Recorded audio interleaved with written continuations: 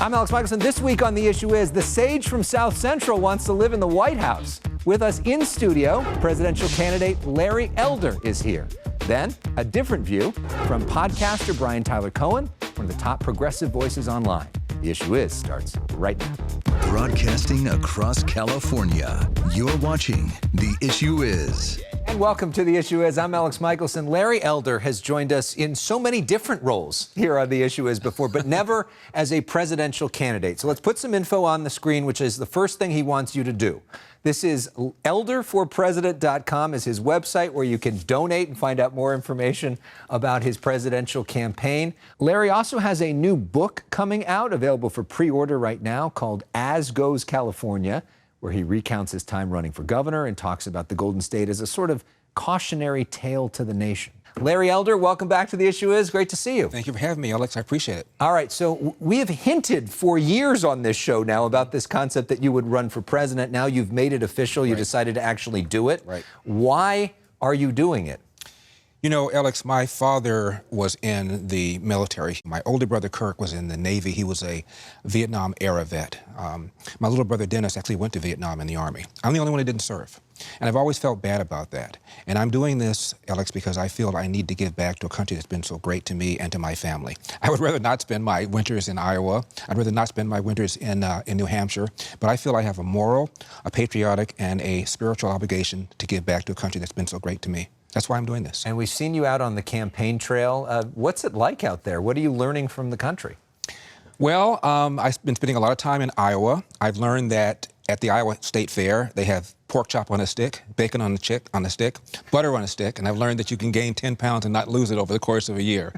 It's just been exhilarating, fun, hard, frustrating. The hard part is I've got to raise a lot of money. I've got to raise at least money from at least 40,000 individual donors, and in 20 states, you have to have 200 donors each. You're running against Donald Trump. How do you beat him? Here's how I see it, Alex. Republicans are of two minds about 45. There are those who love him, and there are those who love what he did as president, but fear, for reasons that I believe are unfair to him, that a sufficient number of swing voters in suburban states would not vote for the man if he walked on water. In fact, if he did, they say he can't swim. Now, the question is, if you like the America First agenda, and I do, for the most part, virtually everything he did, I agree with, but you want a vehicle who has not turned off suburban women, so that enough of them will vote for him in the swing states that will control this race, I'm your man. So you're essentially saying you're Trumpism without Trump. I would put it somewhat differently, but I've got no problem with that. So even if he got the nominee, it sounds like you would be supportive of him. I'm going to support whoever he or she is. That's one of our problems. As you know, when I ran for governor, I did not say a single negative thing about any of my rivals. Unfortunately, they did not return the favor, but I intend to adhere to that. The goal here is to topple Biden-Harris. They have done incalculable damage to this country in the last 2.5 years, and we need to win. You know, one of the big issues you talk about often that you want to bring to this is the idea of the importance of fathers in America. Mm-hmm. You've also talked a lot about your dad. We've got a picture of him. Mm-hmm. Unfortunately, he's no longer with us, but you've written beautifully about him in the past. What do you think your dad would think of his son running for president? He would be blown away. I gave a speech one time at the Ronald Reagan Library where I talked a little bit about my dad. As you know, he left home at the age of 13, never knew his biological father, which shows you it's not necessarily a death sentence, and ended up cleaning toilets until I was 10 years old, started a little cafe when he was 47 years old, ran it until his early 80s. When he retired, he owned that property, the property next door to it, and the home that's still in our family. So my dad retired with a little less than $1 million. So I told a little bit about my dad and my mom. My mom grew up on a farm in Huntsville, Alabama. Both of them are from the Jim Crow South. And suddenly, I was interrupted by a standing ovation because I mentioned my mom and my dad are actually here. And they stopped my speech, they stood up, and they gave my parents a standing ovation. My speech is over, Alex. My first book had just come out, The 10 Things You Can't Say in America. And people were lining up behind my dad with pens in their hands, and my dad was signing my book at the Ronald Reagan Library. Only in America. Wow, what a beautiful story. Let's talk a little bit more about the campaign. You just posted a comment that somebody else posted as a comment on your social media. Let's put that up on the screen so people can read it. It says, even if Larry Elder doesn't win the presidency, what he will say on the campaign trail will be thought-provoking, and he most definitely should be a cabinet member. So What cabinet post would you like? Well, I'm running for president. I'm not running to be vice president. I'm not running for a cabinet position. I'm running to do a number of things. Obviously, I was a supporter of Donald Trump. I supported his policies on borders, on taxes, on reducing regulations, on getting tough with China. But I also want to bring to the forefront the issue, as you pointed out earlier, of fatherlessness. 40% of all American kids now enter the world without a father in the home married to the mother, 70% in the black community. And Obama once said a kid raised without a father is 5 times more likely to be poor and commit crime, 9 times more likely to drop out of school, and 20 times more likely to end up in jail. Now, the question is, how have we gone from having 25% of black kids entering the world without a father in the home married to the mother in 1965 to 70% today? And I argue it's the welfare state. We've incentivized women to marry the government. We've incentivized men to abandon their financial and moral responsibility. The second issue is this lie that the Democrats keep promoting, that America remains systemically racist. We all know that at one time it was, but it no longer is. This is a country that elected and re-elected the first black president, the only majority white country to ever do so. As we speak, the mayors of America's 3 largest cities, New York, LA, Chicago, are all black. Isn't it possible that 2 things can be true at once? One, that it is impossible to be the exception to the rule and to be successful, as you have, as Barack Obama, Karen Bass, other people have. But 2, the system itself is systemically racist and creates a situation where it's harder for you to be the exception to the rule. Well, it's always harder if you don't have a father in the home. There are think tanks on the left, like the Brookings, and on the right, like the American Enterprise Institute, and they give the same formula to escape poverty. Graduate from high school. One, presumably, where you can read, write, and compute at grade level. All too often, that's not happening, which is why I support school choice. Number 2, don't have a kid until you're 20. Number 3, get married first. Number 4, get a job. And number 5, avoid the criminal justice system. If you do that, you will not be poor. As we speak, Elex, there are Haitians lining up for a lottery to get into America because America is systemically racist. Nonsense. Nonsense. Let's talk a little bit about your book. You break down sort of the behind the scenes of the recall. We were with you for basically every aspect of this. I think I interviewed you more than anybody else on the campaign trail. You're like Columbo. You're popping up all the time. Yeah. So what are we going to learn in this book that we didn't already know? What a grind it was. I mean, I got maybe 4 hours of sleep per day. We got in the race with 8 weeks left. We did 100 events. By event, I mean either a print, radio, or TV interview, or a rally, or a fundraiser. It was a 90-mile-an-hour train that we were on. Yeah, and you also kind of write it as a cautionary tale about California as you're now running for president. Right. What do you think is the biggest thing that the nation should learn not to do because of what's happening in California? Do not have supermajorities of Democrats in both chambers of the legislature the way we do here in California. The Democrats can pass any kind of job-killing legislation that they want, pass any kind of tax hike that they want without a single vote from Republicans, and often they are, which is why people are leaving the state, which is why our average price of a home is 175% above the national average. I can go on and on and on. Do you think supermajorities are also bad in a place like Tennessee, where they have a supermajority of Republicans? It depends on the quality of the policies. If you have a supermajority and you pass legislation to set up a panel for reparations, that's not a good idea.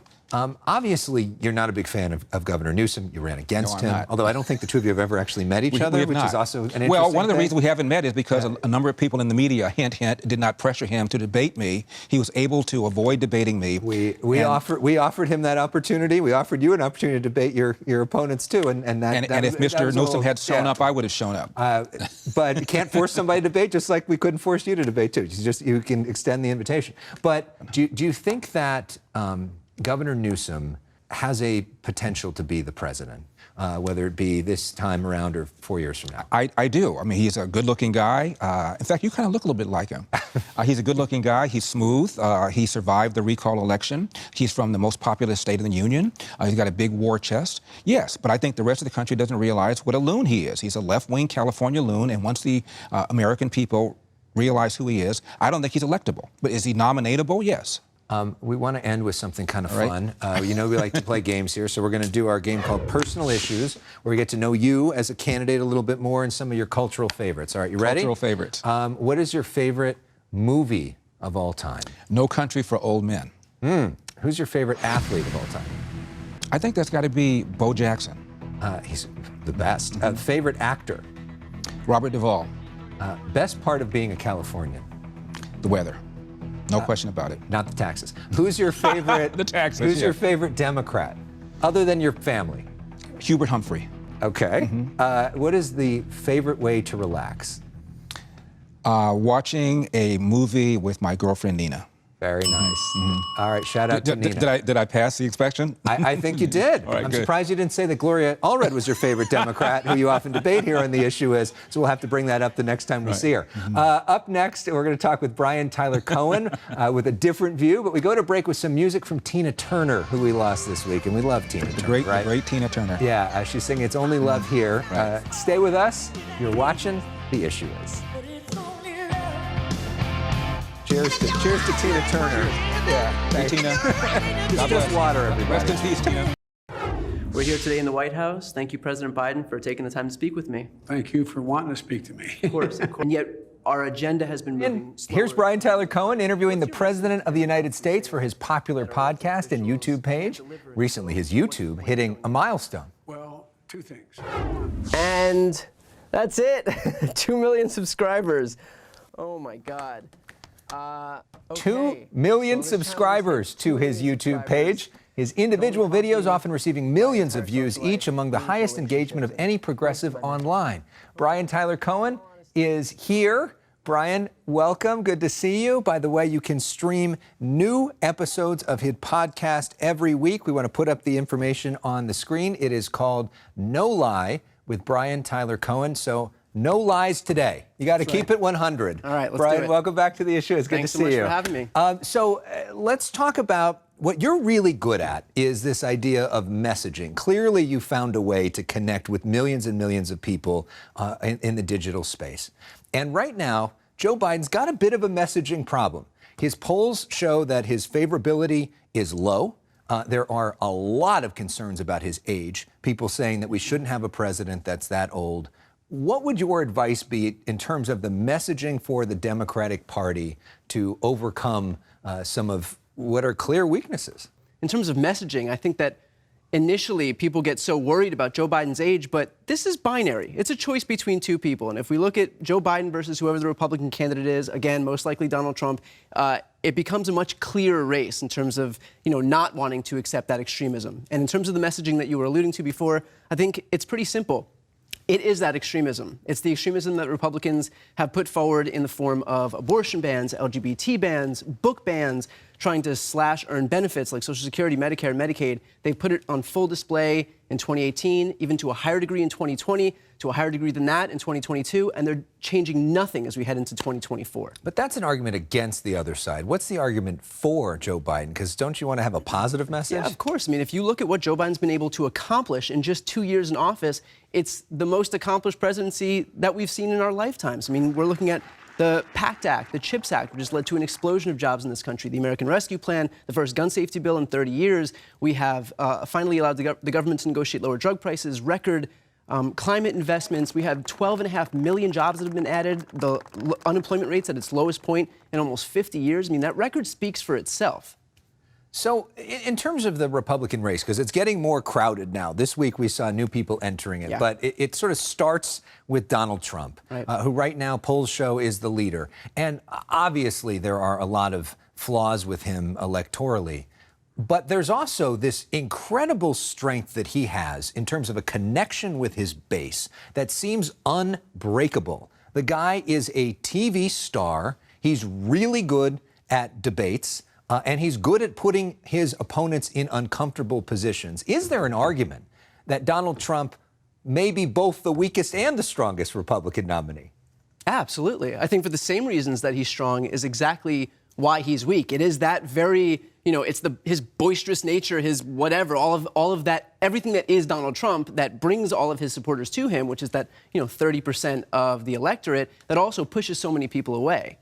So in terms of other candidates, Ron DeSantis entering the race this week, his argument would be, I don't have the baggage and the indictments, but I helped you out during COVID. If you're a Republican, you think he did a great job in Florida during COVID. Obviously, Governor Newsom has a different approach here in California. What's the argument against Ron DeSantis? You have Ron DeSantis, who thus far has refused to display any semblance of strength, right? He refuses to throw even a single punch against Trump. And so if you're trying to differentiate yourself from Trump, and yet you're too afraid to actually do it, then I don't see how you're making that case to any of the voters, that I'm going to be the guy that can defeat him, and yet at the same time, I'm too afraid to actually do anything to defeat him. And another potential candidate hasn't gotten in yet, but probably going to get in soon, is Mike Pence, who we talked to recently, who's clearly got a close connection with the evangelical community, running on his religious conservatism. Does Mike Pence have a shot? Are you asking if there is a lane for Mike Pence in the Hang Mike Pence party? Or should we throw to those insurrectionists in front of the White House and with a gallows with Mike Pence's face painted on it, and see what they think about Mike Pence leading the Republican primary? So you don't think he's got a shot? I don't think that there is much of a lane for Mike Pence in a party that was very willing to see him assassinated. No. Let's talk for a moment about you. Can you tell us a little bit about your backstory, how you got into this, and how you built this? Yeah. Well, I had initially moved to LA to act, and did that for a little bit, and didn't exactly seem fulfilling going in for Cars.com commercials and and hawking Cheetos or whatever other brands I was called in for. But was always interested in politics. Organized to bring my whole campus down to the polling places when I was in college for Obama in 2008, and started writing some articles for HuffPost, and eventually recognized that I wanted to do video content, and that kind of married the political, love for politics with my interest in being in front of the camera, and started a YouTube channel for nobody, really. I mean, 40 views, 50 views, 100, and just kept at it, kept doing it consistently, and did whatever I thought was right. Did what I kind of put on display, what I thought the message needed to be, and it kind of took off from there. You have just a huge audience at this point, especially among black voters. You have an especially big audience. Why do you think people connect to what you're doing, and what are you doing differently than what everybody else is doing? Yeah, so I come at this from a different perspective in the sense that I don't have a background in D.C. I've only been to D.C. 3 times, maybe. One was to interview the president in the White House. So, my background isn't in any of this stuff. And so when I think about this stuff, I think about it in the way that a normal person would, because we both don't have those backgrounds. Me and the rest of regular America don't have these backgrounds where it's just thought of in terms of political terms. So I think just taking a common sense, no bullshit approach to all of this stuff is kind of like what's been most interesting to people who watch it. Yeah, and Brian and I are very close, and I remember when you started your podcast, and we sort of were talking about that over lunch, and then it ends up with you at the White House interviewing the president. What was that experience like, to be brought in as sort of an online guy and to be put face to face with the most powerful person on the planet? Yeah, it was. I think it was the best day of my life. I mean, it was crazy to be there, and I didn't believe it was going to happen until the moment that he walked into the room, and I knew. I mean, my heart was pounding sitting there, because the leader of you're in the center of the universe when that happens. Right. And he walks in, and I was telling myself, I just have to get the first question out and not flub the first question, and then I'll settle into the interview. And able to get the first question out, and we just spoke from there. But one interesting thing was we had 15 minutes, and we had somebody behind him counting me down, and so I was constantly hyper aware of the person in the background counting me down. And Joe Biden has a tendency to be a little long-winded, and so I remember asking him my first question, and he went on a tangent, and I felt the minutes counting down in my head, 3, 4, 5, 6, 7 minutes, and after his first answer was done, we were more than a third of the way through the interview, and I'm just reshuffling the questions in my mind. But how do you interrupt the president of the United States? You just got to, when he's done talking is when the answer's over. Yeah. And so that was the interesting part. But you learn little ways to move the conversation forward and whatnot. Other than Joe Biden, who is your favorite guest on the podcast? Well, I have a great time when Elex Michaelson comes on the podcast, because I'll tell you what, it's the one time where you don't get talking points. It is just a fun, normal, casual conversation. So that's my very diplomatic answer there. Oh, that's smart. I mean, that doesn't make sense to bring that. No, well, I think I'm your most frequent guest. Most frequent guest on the show. We have a great time, so people should check out the No Lie podcast for some of our past conversations. Yeah. And you can see me in a T-shirt. All right, well, you're now on our show, so we're going to do our personal issues game. This is where we put 30 seconds up on the clock, and we get to know you a little better, because cultural favorites is what you're all about. Okay, so let's start with this, if we can. Brian Tyler Cohen, what is your favorite movie of all time. Oh, Forrest Gump. Who is your favorite band or musician? I'd say Pretty Lights. Who is your DJ. favorite He's a DJ. comedian? Favorite comedian. And I don't know if he falls into the comedian category, but I've been an Adam Sandler fan forever. So Yeah, sure. Best way to relax? oh man, I'll let you know. I'll let you know when I get there. Okay. Yeah. Watching a movie, right? Yeah, Maybe there you watching go. a movie, We'll something go. like that. We'll go with that. Yeah. All right. Well, you're proud Californian now, but where are you from originally? From New Jersey originally. New Jersey. So we're going to play some music. I think New Jersey's greatest son, other than you. Bruce. Yep. So we're taking you out with Thunder Road. Brian Tyler Cohen, everybody. No Lie podcast. Thanks for coming in. Thanks for having More me. of The Issue Is when we come back. Great job. Nicely done. One day we'll come back. A new poll from Berkeley IGS shows 67% of California voters think Senator Dianne Feinstein is unfit to serve in the Senate. 42% want her to resign. Only 29% approve of the job she is doing. Next week on The Issue Is, we talk with one of the leading candidates hoping to replace Senator Feinstein at the end of her term. Congresswoman Barbara Lee will be back with us in studio. Plus, a debate between Ethan Bierman on the left and Tommy Lahren on the right. We'll wrap things up for this week after this.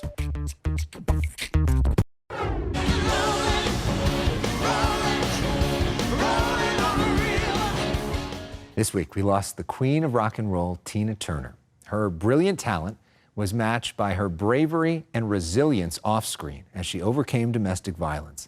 She was also a woman in her prime into her 80s.